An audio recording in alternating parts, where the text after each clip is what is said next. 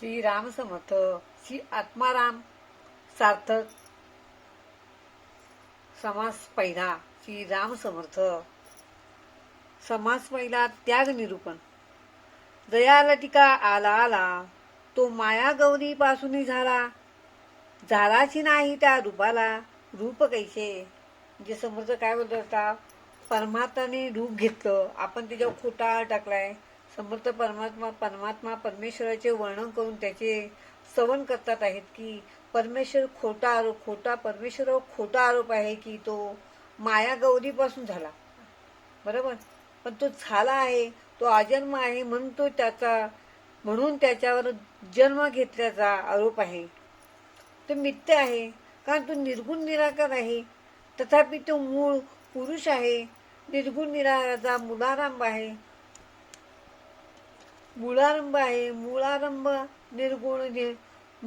आरंभ तो निर्गुणाचा आहे ज्याचा जन्म नाही, रूप आहे, दृश्य आहे, आकार आहे. त्याचे द्वैत, विकार, विस्तार, परिवर्तन, भेद, मर्यादा हे सर्व गुणधर्माचे अंतर्भाव आहे.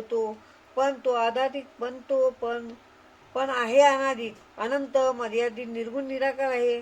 त्यामुळं गुणातीनही, रूपही नामातीनही त्याचे द्वैत रूप अदृश्य आहे.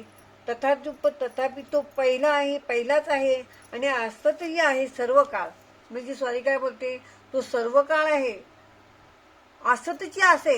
म्हणजे तो आहे, तू गेल्यानंतर पण तू राहणार आहे, तू जाणार नाही कुठे. तो आलाय, तू जाणार नाहीये, तूच अशी तो जाणार नाही. कारण त्याला रूप नाही, त्याला आपण रूप दिलं. सर्व देवांच्या नावाने आपण त्याला नाव घेतो.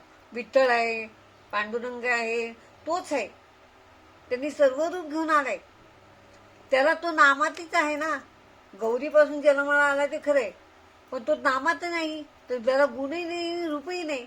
त्याला रूप दिलं, गुण दिलं, आपण दिलं नाव त्यावाला पांडुरंगाला नाव घेतो. बसता उठता नामस्मरण. सांडूची नाही, लटिकाची लटिका, जया लटिका, आळा आला. म्हणजे त्याला आळ कशाला घालायला पाहिजे, तुझ्या किती आळ आहेत, तो आपल्याला सोडवायला आले, त्यातनं सोडून घे ना. त्या गौरी मायापासून उत्पन्न झाला, तो तिने दाखवायसाठी आपल्याला उत्पन्न केलाय. तो देवानी त्याचे रूप कसे आहे ते दाखवायसाठी तिने घेतलाय. लटिका जया लटिका आला आला, म्हणजे रूपही नाही. त्याला रूप कसे आहेत, सरी बोलते त्याचे रूप बघायचे आहेत. तर विठ्ठल समर्थ बसलेले आहेत. पहिला देव कसा आलेला होता, राक्षस होते म्हणून देव आला तसा. आता राक्षस अंतरीच आहेत म्हणून त्याचे मुख्य रूप बोध रूपी, म्हणजे त्याला नातुडे मुख्य परमात्मा म्हणून करावी प्रतिमा. मग परमात्मा कळत नाही ना, म्हणून त्याची आपल्याला प्रतिमा देवाला समर्थन द्यावा लागली. म्हणून समर्थ प्रतिमाच्या रूपात आले, म्हणून हाताची घडी घातलीये. मग त्याची प्रतिमा कशी बघायची आता. हातात कमुंड आहेत, मांडी घालून बसलेत चांगले. हातात गळ्यामध्ये ही रुद्राक्षाच्या माळा आहेत, डोक्यावरती रुद्राक्षाच्या माळा आहेत, हातात रुद्राक्षाच्या माळा आहेत.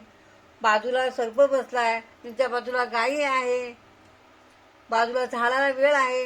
वेळ काय दिलं स्वारीनी, त्याची रूप बघायची आहेत ना. मग वेळेला घेऊन काय बसले, स्वारी बोलते तसेच वेळेला घेऊन तुला उभं राहायचंय. आधार नुसता संसार परमार्थ नाही. सॉरी बोलली आधार पाहिजे की नाही आपल्याला. मग आधार कशाचा पाहिजे, वेळ जशी पुरुष असतो तशी बाई पण असते, पण दोघं एकटी नाही चालणार, दोघं पण पाहिजे. संसार कसं चालणार. म्हणून सॉरी बोलते केवळ लुटे मुख्य परमात्मा म्हणी करावी प्रतिमा. मग त्याची कशाला केली आपण, प्रतिमा केली की नाही देवाची.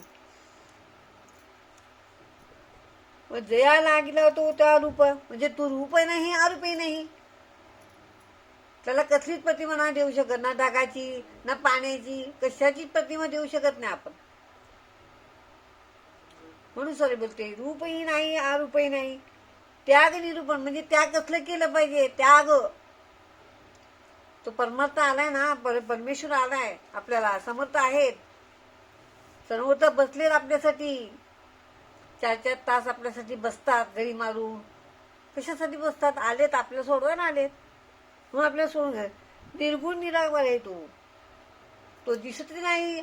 आणि असं त्याची आहे, तू मेलीस ना तरी पण तो दिसणारच आहे, तो राहणारच आहे. पण आपल्याला काय करायचं आहे ते आपण करून घेतलं पाहिजे. त्याच्यावर आळ घालायच्या पेक्षा स्वतःवर त्याग करून घे. समज तुम्हाला तुम्ही का दिसत नाही, दिसतात. खातावेळी तोंडात तोंड जाते ना, जेवण जाते ना, ती सॉरी आहे म्हणून जाते. सॉरी बोलले आपल्यामध्ये पण स्वतः दिसता परमार्थ नाही, स्वतःमध्ये पण स्वतःमध्ये परमार्थाची छवी दिसली पाहिजे आपल्यामध्ये. तो असतीचे असे सर्व काळ म्हणजे आहे, तो सर्व काळ आहे. तो बोधरूपाने म्हणजे तो बोध देत आहे आपल्याला व त्या बोधामध्ये आपल्याला उभं राहता पाहिजे. निर्गुण निराकार आहे तो. व्हिडिओ आवडला असेल शेअर करा आणि लाईक करा. जय सद्गुरू.